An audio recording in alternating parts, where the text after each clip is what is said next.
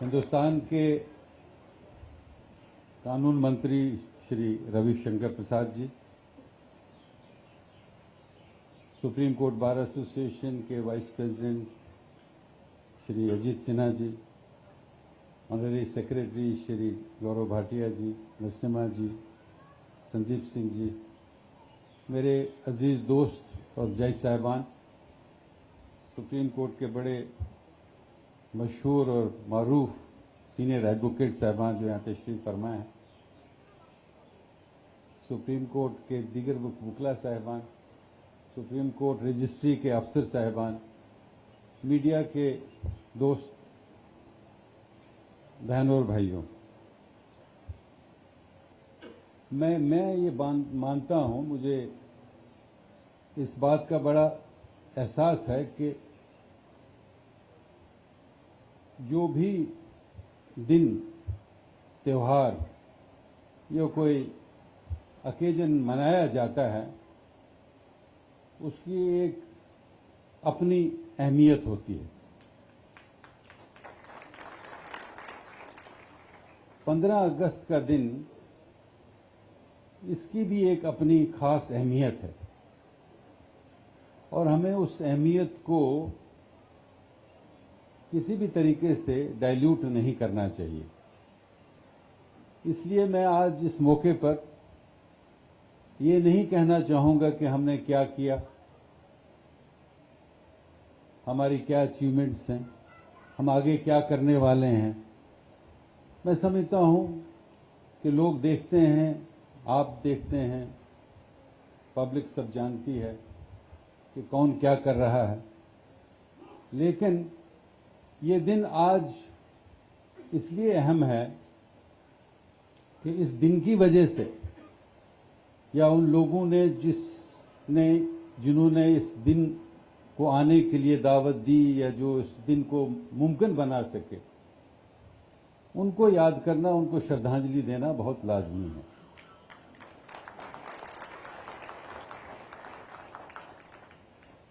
आज़ादी के वो लोग, वो सिपाही, वो दीवाने जिन्होंने कुर्बानियां दी, जेलें झेली, तरह तरह की एट्रॉसिटीज़ को बर्दाश्त किया, आज ये दिन वो उन लोगों को याद करने का दिन है और उनको होमेज, उनको श्रद्धांजलि देने का दिन है।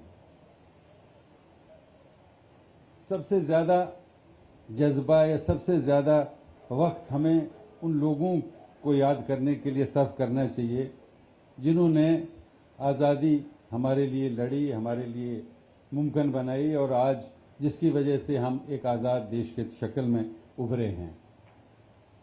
और इसके साथ साथ मैं समझता हूँ ये भी ज़रूरी है कि वो तमाम लोग जो आज़ादी की लड़ाई के ख़त्म होने के बाद भी कुर्बानियाँ दे रहे हैं और जिन्होंने दी हैं, उनको भी आज याद किया जाए।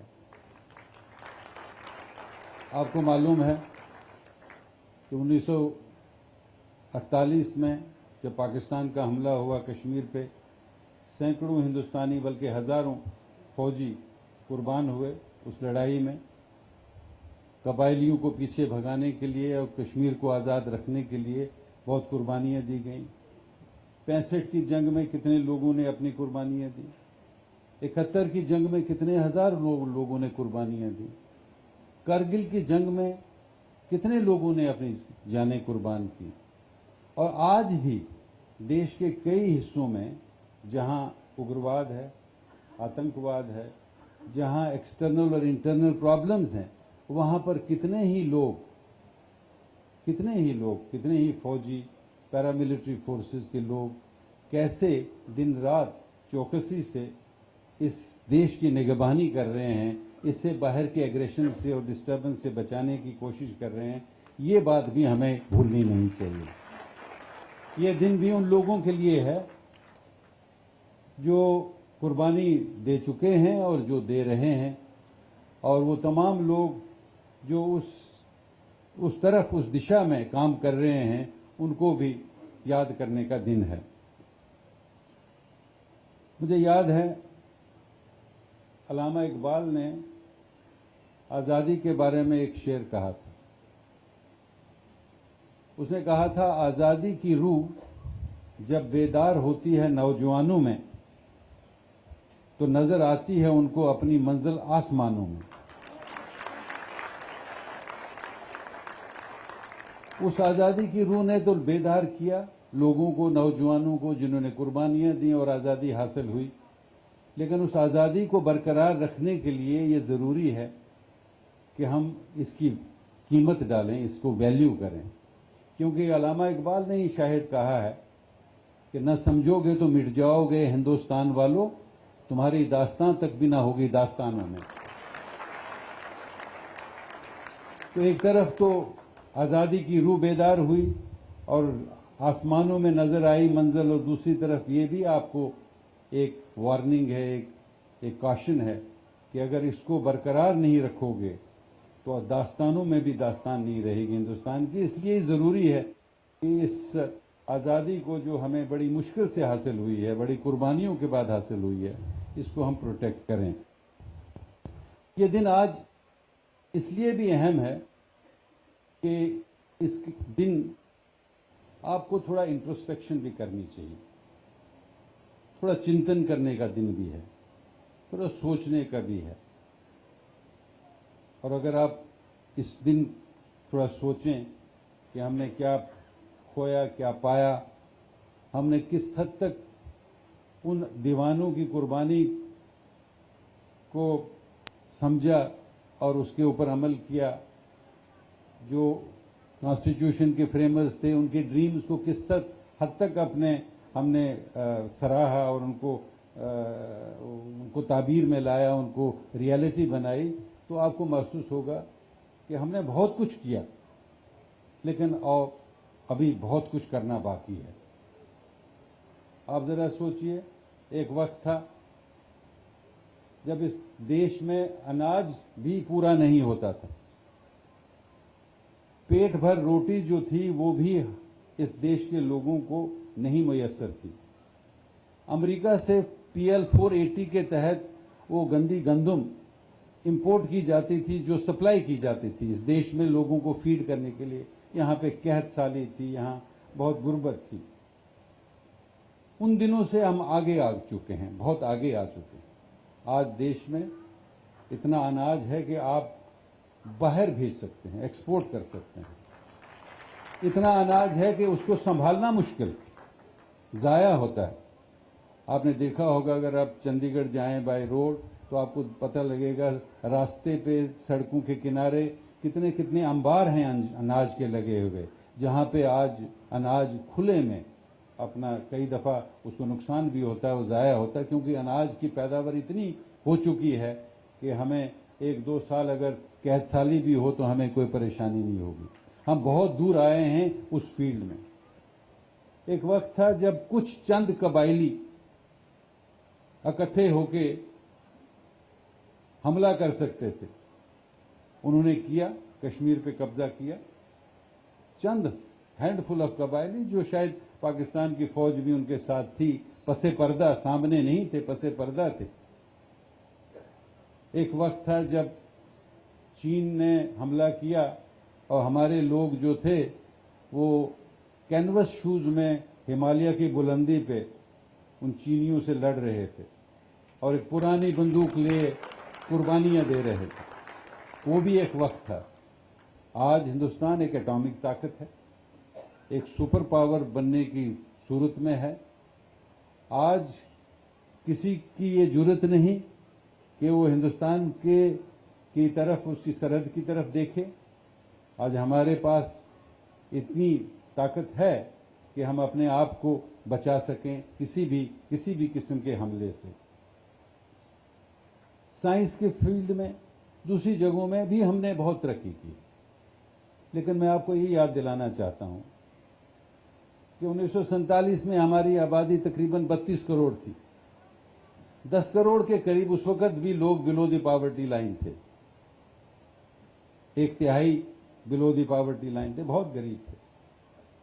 आज हमारी आबादी 125 करोड़ हो गई है। वो 10 crore below the poverty line आज 40 करोड़ हो चुकी है। जरा उनकी तरफ भी ध्यान दीजिए कि हमारी पॉवर्टी लाइन जो है वो कितनी नीचे होती हुई भी आप उसको बेशक उठाइए, पॉवर्टी लाइन को उठाएंगे आप तो शायद 50% आपके लोग पॉवर्टी लाइन के नीचे आ जाएं, लेकिन आपने पॉवर्टी लाइन ऐसे ड्रॉ की है कि बस 2 वक्त की रोटी मिलनी चाहिए, 26 रुपए गांव में और शायद 32 रुपए शहर में खर्च करने वाला जो है पॉवर्टी लाइन से ऊपर चला जाता है। लेकिन आज वो 10 करोड़ की आबादी जो 47 में पॉवर्टी लाइन के नीचे थी, आज वो आबादी 40 करोड़ से भी ऊपर है। तो एक बहुत बड़ा चैलेंज है हमारे लिए कि क्या हम पॉवर्टी को वाकई हटा सके हैं। 70 साल की कश्मकश और जद्दोजहद के बावजूद क्या पॉवर्टी लाइन, क्या पॉवर्टी को, गुर्बत को हम हटा सकें, ये बहुत बड़ा चैलेंज, बहुत बड़ा चैलेंज। आज रोजगार की परेशानी जो पहले थी वो आज भी है। एम्प्लॉयमेंट हर शख्स को नहीं मिल रही। आज मैं अगर सुप्रीम कोर्ट में चपरासी लगाने के लिए एडवर्टीजमेंट दूं तो पोस्ट ग्रेजुएट्स चपरासी बनने के लिए दरखास्तें दें। मुझे याद है मैं चीफ जस्टिस था पंजाब में, तो एक आदमी मुझे चैम्बर में चाय वगैरह पिलाने के लिए वो आता था, सफेद वर्दी होती थी उसकी, और जब जजेस की मीटिंग होती थी, खेर साहब होते थे, दूसरे होते थे, वो चाय पिलाता था। एक दिन मैंने उससे पूछा, मैंने कहा कब से यहाँ काम कर रहे हो? उसने कहा साहब हो गए मुझे 10 साल। मैंने कहा अच्छा कितने पढ़े हो? कहा साहब मैं एमए हूँ। तो मैंने कहा भाई एमए हो और चपरासी का काम करते हो? मैंने रजिस्ट्रार को बुलाया, मैंने कहा भाई ये एमए पास है, इसको चपरासी पे क्यों वेस्ट कर रहे हो? इसको कहीं क्लर्क की जगह दे दो। क्योंकि एमए पास है, ये क्लर्क का काम भी कर सकता है, चाय पिलाने का काम क्यों कर रहा है? तो रजिस्ट्रार आरसी गुप्ता साहब होते थे, वो गए, कहने लगे साहब करता हूं मैं।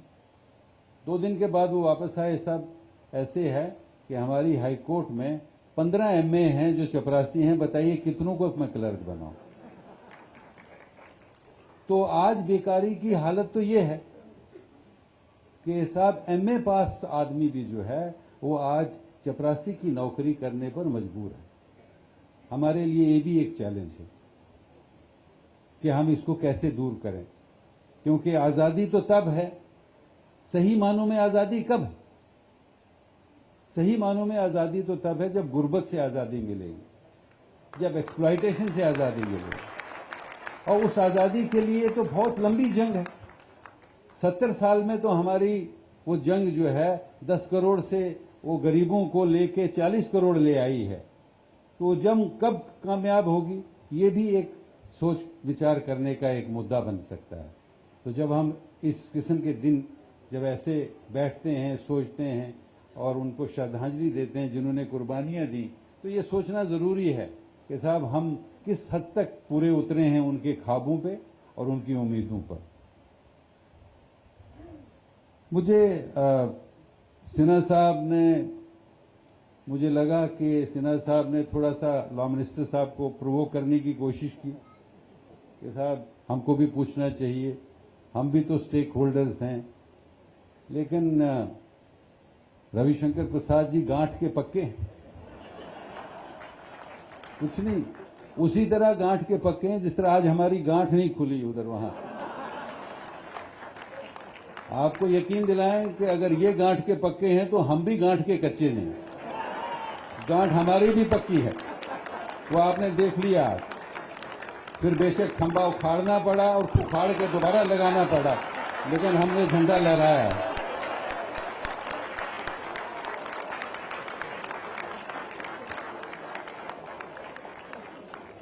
मैं, देखिए मेरी पोजीशन खूब वाज़ेह है, लोगों के सामने है। मैं कोर्ट में भी और कोर्ट के बाहर भी बड़ी बेबाकी से बोलता हूं, क्योंकि मैं समझता हूं कि मेरी जिंदगी का जो सफर था उससे, उसका जो नुक्ता है, जो सबसे ऊंची सतह है, मैं वहां पहुंचा हूं। इससे आगे मैंने कहीं नहीं जाना। इसलिए मुझे न किसी की कोई परेशानी है, ना बोलने में कोई हिचकिचाहट होती है। सही बात जो है वो आपके दिल को भी छुएगी, और वही मेरी ताकत भी है कि मैं आपके दिल की बात करूं। मैं सिर्फ इस मौके पर इतना कहना चाहता हूं, और वो ये है कि गुर्बत हटाइए, जरूर करिए, लोगों को रोजगार दीजिए, वो भी करिए, देश को इकट्ठा रखिए, देश में जनाब बड़ी स्कीम्स बनाइए, लेकिन देशवासियों के लिए, इंसाफ के लिए भी कुछ सोचिए। आज आपने हमारे बहुत ही पॉपुलर और बड़े देशप्रिय प्राइम मिनिस्टर साहब का भाषण 1.5 घंटा सुना और लॉ मिनिस्टर साहब का भी सुना। मैं भी ये उम्मीद कर रहा था कि इंसाफ के बारे में कोई शायद बात होगी, कोई जजेस की अपॉइंटमेंट के बारे में बात होगी, कोई देश में जिस तरह अंग्रेजों के वक्त में तो शायद 10 साल में एक मुकदमे का फैसला हो जाता था, अब वो नहीं हो रहा। अब तो केस इतने बढ़ गए, मुकदमे इतने बढ़ गए, लोगों की उम्मीदें भी बढ़ गई कि बहुत मुश्किल हो रहा है। इसलिए मैंने बार बार ये गुजारिश की है कि जरा इसकी तरफ भी तवज्जो दीजिए। एक शेर याद आता है मुझे, इस पे मैं आपको इरशाद करना चाहता हूं। वो ये है, शेर ऐसे है, मैंने परसों सुनाया बोबडे साहब को।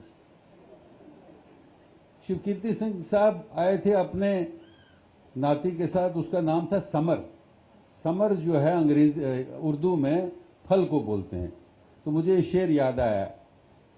शेर ऐसे है, गुल फेंके औरों पर, गुल को फूल हुए ना, गुल फेंके औरों पर, बल्कि समर भी, समर फल भी फेंके तुमने भाई, दूसरों के ऊपर फूल तो फेंके फेंके, फल भी फेंके। ए अबरे करम ए बहरे सखा, कुछ तो इधर भी।